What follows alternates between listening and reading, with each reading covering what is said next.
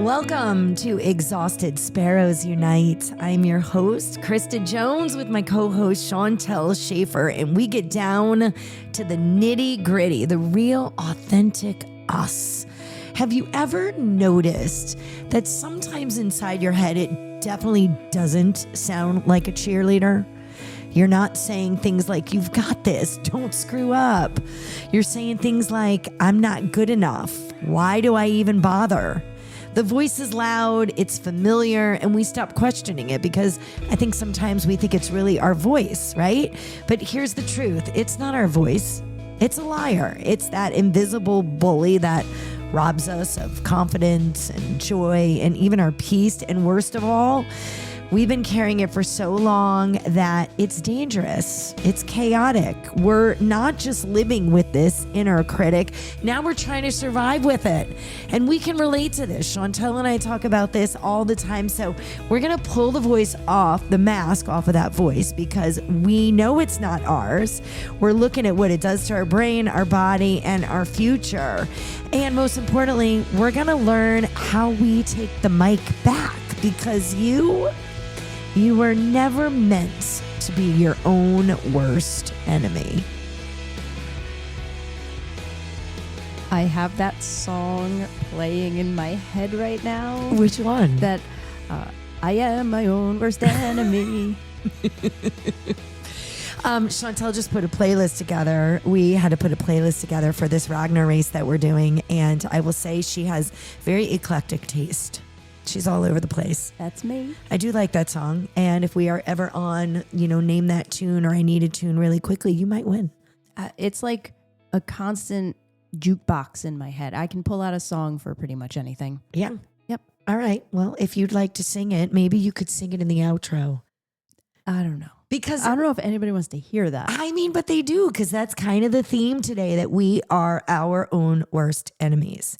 We talk about in every single episode that we do something that makes us feel that we're not good enough, we're not worthy enough. When we started the podcast, it was like the whole premise that this was based on is that we're comparing ourselves, we never think that we can do enough. And like, we don't ever really name it. So today we're going to name it. It's our actual inner critic. And it actually, every single one of us has it. Some of us are able to like taper that down more than others, but it's like our subpersonality. It's this mental voice that judges us and it demeans us. It's not a nice voice at all. A lot of people call it our introjected belief system. That means that it's something borrowed. It's not innate. So it's like negative based.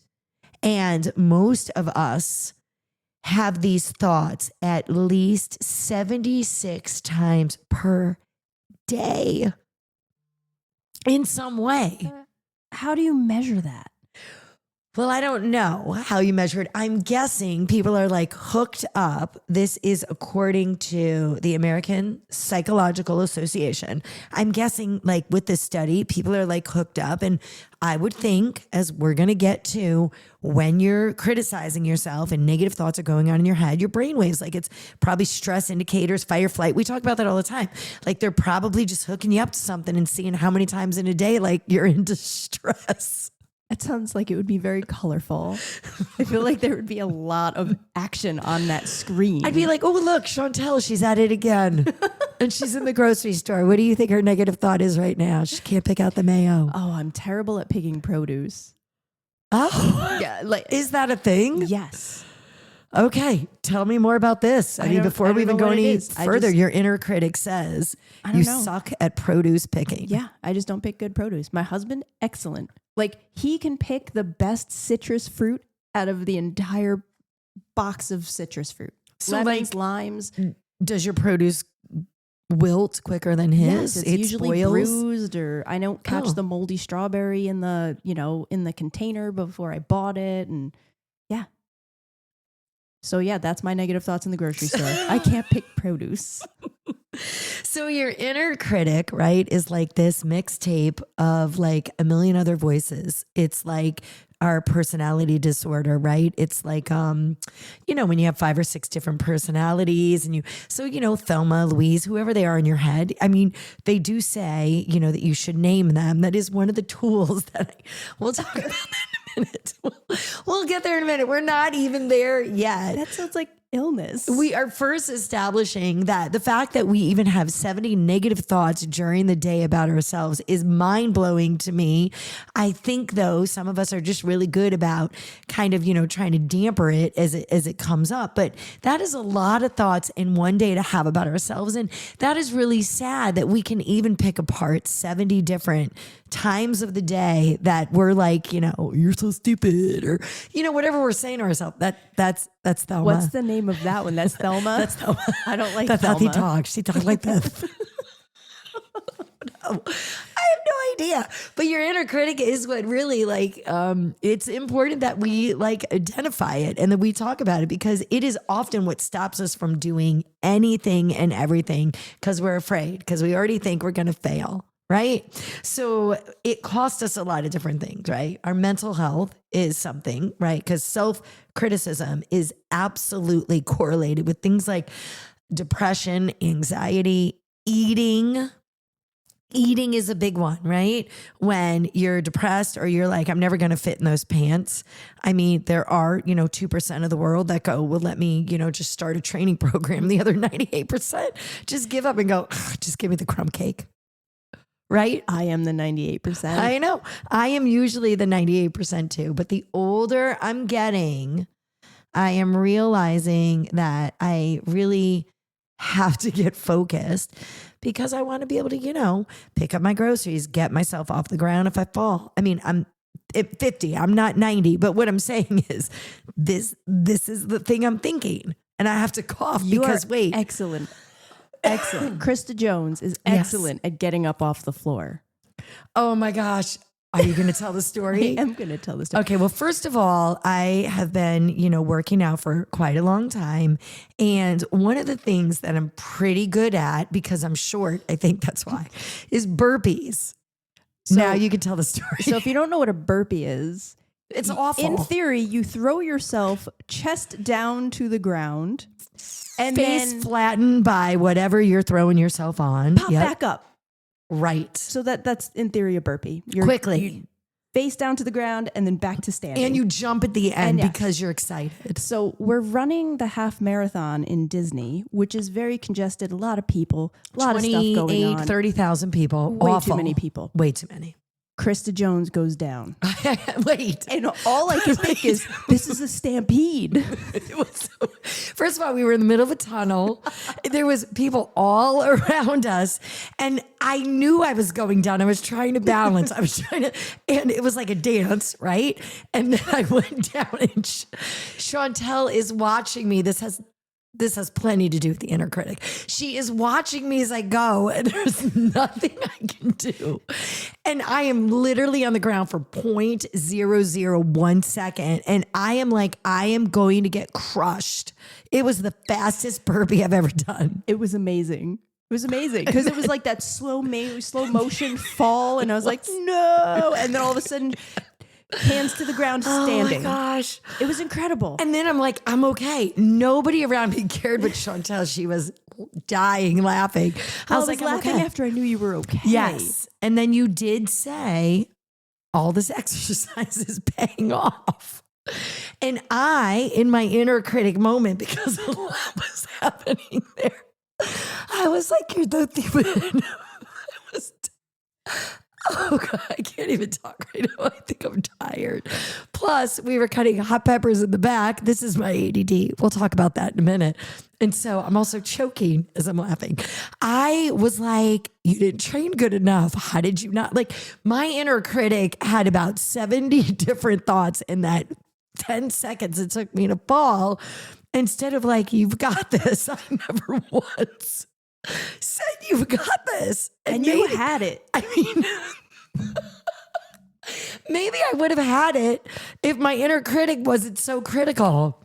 you could not have avoided that situation. It's not like you fell in a hole. It's not like somebody stepped in front of you, tripped you up. That was unavoidable. I don't know that anybody touched me, but it leads me to the physical toll that this is costing us when you're an inner critic. Chronic negative self-talk elevates your cortisol. It leads to fatigue and a weakened system. That is exactly what was happening in that moment. We were running a half marathon. I was like, I have no business doing this. And mind you, I had trained for it, but I'm still, it petrifies me, and we are well trained. Mm-hmm. And I still am like, I have no business doing this. Look at these 20-year-olds just, blowing past. That's what I'm doing. And physically, bam, it got me. I was tired. I was weak. I mean, I think we were far in. Weren't we like... Yeah, we were probably at mile 5, 6, 7. All right, I was going to say 9, but whatever. Maybe. But I was tired. And I think that's because I was listening for 5, 6, 7, 8 miles. To Thelma, to my inner critic, who the whole time was like, you have no business. People are out there taking pictures with the Disney characters, and you guys are having conversations about what you ate for dinner last night. And I'm like, this is so stupid. I just like, why did I sign up for this? I do that all the time. It is my inner critic, and I'm really poking fun at myself, but I hope you can relate to this in some way, in something in your life that you're like, I have this, and then you get in the middle of it and you're like, I don't have this at all. And you do, but it completely derails you. And that is exactly what happened at Disney World. And you recovered like a champion. I did, man. So we were talking a couple weeks ago about imposter syndrome. So your inner critic actually leads to imposter syndrome. 70% of adults experience it. People that have this strong inner critic personality also are more likely to avoid promotions, avoid relationships, avoid life experiences because you're afraid to put yourself out there, because you've already talked yourself out of it and said, there's no way I can do it with a million different things that you're saying. You turn down opportunities because you just think you're going to fail. Right? You overwork yourself because you believe you're not doing enough, whether it's in momhood or it's employment or wherever it is. And you also numb yourself with food and alcohol and scrolling on social media to try to escape the critic's voice. Which probably only makes it worse, because what are you seeing on social media? Everybody else's perfect life. You're seeing a bunch of untruths on social media, and then that's tripping you up. So honestly, and alcohol, all of that, right? Alcohol only subdues things for a little while until you sober yourself back up. And then your problems are still there, or your non-problems that you're making into problems because you believe the inner critic, right? So why do we believe the voice that we hear in our head that is negative? I can bet it goes back to childhood. Wow, Chantel. I have learned so much doing this podcast. You have also learned so much about Krista's mom and dad. It's a good thing they never listen. But it is true. It can go back to childhood, to trauma things, right? Survivors of childhood neglect, abuse, that kind of thing, often internalize their caregivers' voices, right? So if in your childhood, it could have been bullies, it could have been, the neighborhood kids next door. But if you had people in your childhood that were saying awful, ugly things, that kind of is the voice that then you adopt in your own life. Sometimes for the rest of your life. That's really sad. It is sad. So if you say, not that you ever would as a mom, I'm just giving you an example. If you say something like, why can't you do anything right? Think about that. That child is then going into adulthood and going, I don't know, why can't I do anything right? So anytime something goes wrong, which doesn't mean it's wrong, it's just not according to whatever plan you'd like it to go to, you're all of a sudden giving up. I can't do anything right. You're thinking that because you've had years of hearing that, and now you got to deprogram that.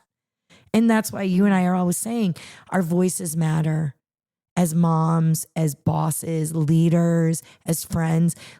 the things that we say really, really matter. And if we screw it up, which we're going to, we immediately have to call ourselves out and say, I didn't even mean to say that. Yeah. Yeah. I mean, it happens. There's plenty of times where I've had to stop myself because I got overwhelmed. And I don't want to say I took it out on my kids, but it came out. My daughter has a book. Avery's always had big feelings. And I bought her this book that's called My Mouth is a Volcano. And it's about when you get all filled up with feelings and it all comes out. And that's what I'm sorry. I exploded and I didn't mean it. And that wasn't meant for you. But that leads to constant feelings of, I'm a bad mom. Why would I say that? Why did that come out? Well, that's the inner critic, That's right? the inner critic, yeah. So like you have to balance that and you have to give yourself grace because you're just a mom doing a million things, trying to get it right. And the point to all of it is just correct it when it happens, right? Like don't try, I hope they didn't hear me. Oh, I'm just going to, shove that under the rug. Because then that's the stuff that really leads us into this trauma, right? And the critic is like this warped survival instinct. It is like a self-police so that you don't get rejected, right? You're maybe afraid to go to the party because you're afraid nobody's going to know you, want to talk to you. So you talk yourself out of it before you can even get into it. You've already sabotaged the entire thing so that you don't get hurt or you don't try. And usually we talk about this in episodes too. You make something up in your head that never really ever even plays itself out that way. So you're all anxious in your head. You're making these things up. And now you're sabotaging yourself so you don't even try, which is sad. Yeah, it is. And then, there's also like these different like all or nothing. I mean, there's like this TikTok all or nothing trend that I was a couple weeks ago. And it's like, it's either all or nothing, right? So like one mistake means I'm a failure for life. Like people can't seem to separate that. There's no such thing as all or nothing. It doesn't mean that just because you do something once, you're always going to do it and you don't learn from it, right? And we were talking about catastrophe in our last episode. You guys should get that. If I mess this up, my life is over. That's taking things and completely blowing them out of context and adding so much drama into it when it's like, if you mess this up, you don't get that promotion. Maybe God is closing that door for you because he has something else. Like it's not the end of the world and you got to figure that out. And then personalizing something like if something goes wrong, then it's all my fault. That's not always true either. Most of the time, that's definitely not true. There's a million factors that go into why something goes wrong. And you can't always take all of them on and say, it must be me. Yeah. Yeah. I mean, there's a lot of external factors in anything, but it's also very easy to blame yourself when you can't blame Mother Nature because it rained while you were planning your kid's birthday party. So it was me. I picked the day. Right. I picked the time. Oh, I should have known it was going to rain. Why didn't I get a tent? Yep. It's this inner critic because deep down, most of us don't feel good enough. And it really all stems from that comparison, which is the stealer of joy. And, just thinking everybody else has it together. It's the reason we wanted to start this podcast because I see it on social media all the time without calling names out. I see life coaches and self-help people and all of this stuff. And I think, my gosh, I know you behind the scenes. You don't even have it together. And yet you have got the perfect hair and you won't even let your picture go up on Facebook unless you look absolutely beautiful. Or Jennifer Lopez, like I saw her come out a few weeks ago and they're like, Jennifer Lopez without makeup. And I go, that is a crock. That is a crock. Jennifer Lopez has put a toner on her face so that you cannot, you know what I mean? I'm like, we're not really living our most authentic lives, which is part of this spiral to why we're criticizing everything we do. And that's why we started the podcast, because we're like, none of us are perfect. Most of us are nowhere near perfect. And we want to kind of shed that whole layer off. And Krista Jones doing burpees in the middle of Disney World. And by the way, I've done 25 half marathons and I could just be so proud of that. But I never am. I immediately go in there saying, I don't know if I can do this. What? Yeah, you've already done it how many times? Yeah. Like, can you just follow the history? So, because you know that when we talk about this stuff, I always have to figure out, all right, well, what are the tools like in order for us to get better, right? What are the tools in order for us to quiet our inner critic? Because I really need to know that. So you really are supposed to give it a voice. It's like Critical Carl or mean girl Giselle. Ooh, poor Giselle. We know it, Giselle. We love Giselle though. She's not a mean girl. She's not at all. But you are supposed to give it a voice because it separates that voice from you, because it's not you, right? That inner critic, it's not you. It is a voice that comes from trauma, these distortions of cognitive thinking. It's not you. It is something that has been created because of experiences in your life. So name it something else so that now it's not you. Because now it's somebody you can shut up. I'm just saying. I don't know. And then I say this in a lot of the episodes and I love it. Write down whatever it is, like I suck at half marathons. All right, write that down. And then what are the truths to that? Okay. Why do you suck at them? So like write down all the reasons that I think I'm really not good at running a half marathon. I'm a little bit slow, like whatever they are. And then what is the real proof though, right? So what is the actual truth?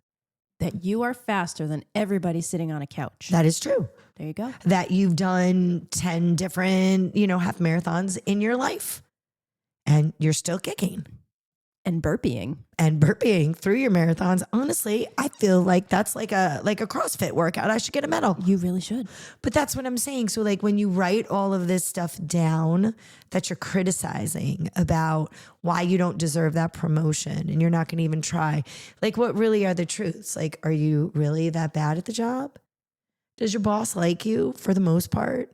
Are there emails out there that can like back that up? Do you get along with your counterparts? Like, do you understand the assignment if you want to try for this new job? You know what I'm saying? You have to really take, I hate to say it, your emotions out of the mix, because that's what trips us up, because we never believe we're good enough. So you really just have to look at the truth, and you have to stop comparing yourself to other people. Because if you compare yourself to other people, you are 33% less likely. Oh, sorry, that's not true. If you do not compare yourself to other people, you are 33% less likely to experience anxiety and depression. People that don't compare themselves are healthier and stronger and more confident. So you have to get to a place in your life where you're like, I'm not Sally Sue. And I did not just make a beautiful mermaid cake, which I know that you guys have followed my mermaid cake story. I have to find the mermaid cake. It was scariest thing. You need to bring it in. It needs to be one of the pictures for the podcast. It was one of the scariest things ever. And I have to find that cake, because once you stop comparing yourself to Sally Sue, who made a much better mermaid cake than I did, and say, you know what, Sally Sue doesn't work. I run a charity. I take care of people. I have 3 children. I work 70 hours a week. Sally Sue doesn't work. Like, that is the truth. Mm-hmm. If I was Sally Sue and I didn't have to work, maybe I would have taken a little more time on my mermaid cake. I bet it was beautiful. Or maybe that's not where my creativity lies. And that's okay. And then not only do you have to notice the critical thing that you're thinking, you have to stop and you have to do what we say all the time. You have to meditate on it. You literally have to stop and you have to clear your mind completely. 100%. Because now you're in a fight or flight. Your cortisol is going, your adrenaline is going. You think that you're this awful person. You're not going to be able to talk yourself down. So what are we going to, Thelma, minus Thelma. When Thelma rears her ugly head, I have to say, Thelma, stop it now. No, I have to redirect myself. It's important that you just stop and you just breathe. Honestly, in almost every episode, when I'm doing research, people are like, stop, breathe, stop, Silence. And I'm like, oh, okay. That's a little more peaceful. Yeah, it can get really noisy in your head. It's very noisy in my head. Yeah. Is it noisy in your head too? It is. I wasn't sure if you meant it was just my head or if you also feel the noise. No, all the time. Like I go for a massage and I'm like, I'm going to be so relaxed. And then I'm, laying face down on the table and all I can think about is the 900,000 other things. And, what does this person think about how I look under the sheet? And then you're being critical. And why am I even under here? And I don't even deserve this hour massage. There's a million things I'm supposed to be doing instead of this. But I will say this to you because you are 10 years younger than me. There is definitely shifts in each of your decades of life. Now that I'm getting into my 50s, I really have a lot less of caring. And that's another thing. Like visualize how you're going to feel in your 60s and even your 70s. I mean, think about the women at the gym that are just talking to you naked, the 75-year-olds. They're just, no, that's never happened to you. No, I'm not at that gym. Okay. But I'm just saying, like they're changing in front of you. They don't care. And I'm like, how freeing is that? I cannot wait till I get to a point where, I'll just talk to you, whatever. And I'm not trying to suck in my stomach or get in. Like there is a freeing to be had with people that are just like, I don't care. I am spiritual and people walk through life, in believing all different type of things, but I say it all the time. And for me, this is so freeing. I always say I am living for the applause of one. At the end of the day, it does not matter what anybody else thinks about me as far as I'm concerned. Like I'm living for Jesus. And at the end of the day, if I lay my head on the pillow and I say, I have done everything that I can do, and he is saying, well done, good and faithful servant, nothing else matters.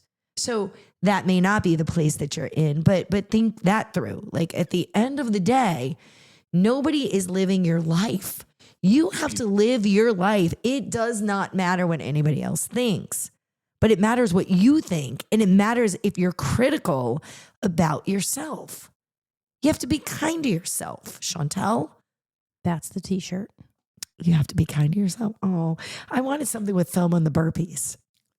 It's okay. There can be multiples. Right? Absolutely. We do need to start the t-shirt shop. We say it on every single episode. But then if we started the t-shirt shop, I think it would go well. I'd own everyone. You what? I would own everyone. I'd buy them. I thought you said, I don't everyone. And I was like, I don't even know what that just meant. So you need to visualize yourself as your 70-year-old self. And, living most of your life and being even towards the end of your life, I have to think that I would feel like, why did I waste so much time being critical about myself?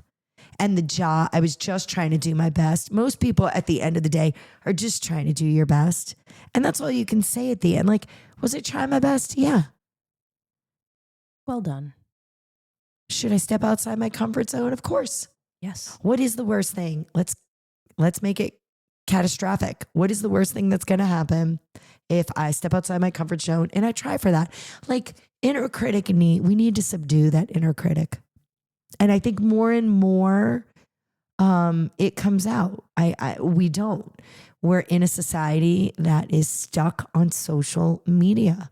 We cannot get out of it. I love the fact that New York State has gotten rid of cell phones in the schools. Let me tell you, my kids don't have cell phones, but the happy dance that I did that day, because now nobody. It is not going to interfere with their day. It is not. And your kids are young enough that if they keep these laws and these regulations up, they're not going to experience what so many of these other kids have had to experience. And think of that alone and how that's going to help with the inner critic. Not having that in your face in the middle of class. Oh, I can't concentrate. I'm stupid. Let me just get on my phone. And then you're on your phone and you're looking at, all this stuff. And oh, she's so much prettier than me. And all of this stuff that goes on. Like social media is absolutely dangerous when it's not used properly. And for younger, kids, they're really showing that it's just not. They don't have the mental capacity to handle it. And I'm excited to see what the future is going to have just for that simple law that went into effect. I mean, the social emotional repercussions it's going to have is going to be incredible. because these kids have been spending their lunch periods scrolling and not interacting with each other. And they're spending their class time scrolling and not paying attention, and their grades are going down the toilet. Yeah. You know what I mean? We're one of the very few countries that would even allow phones in the classroom. And, we could get on a whole tirade with that. But you know what? I think it's great. I think anything that we can do to limit all of our exposure to social media is, I don't know, I think it's a good thing. It may help quiet Thelma. Thelma.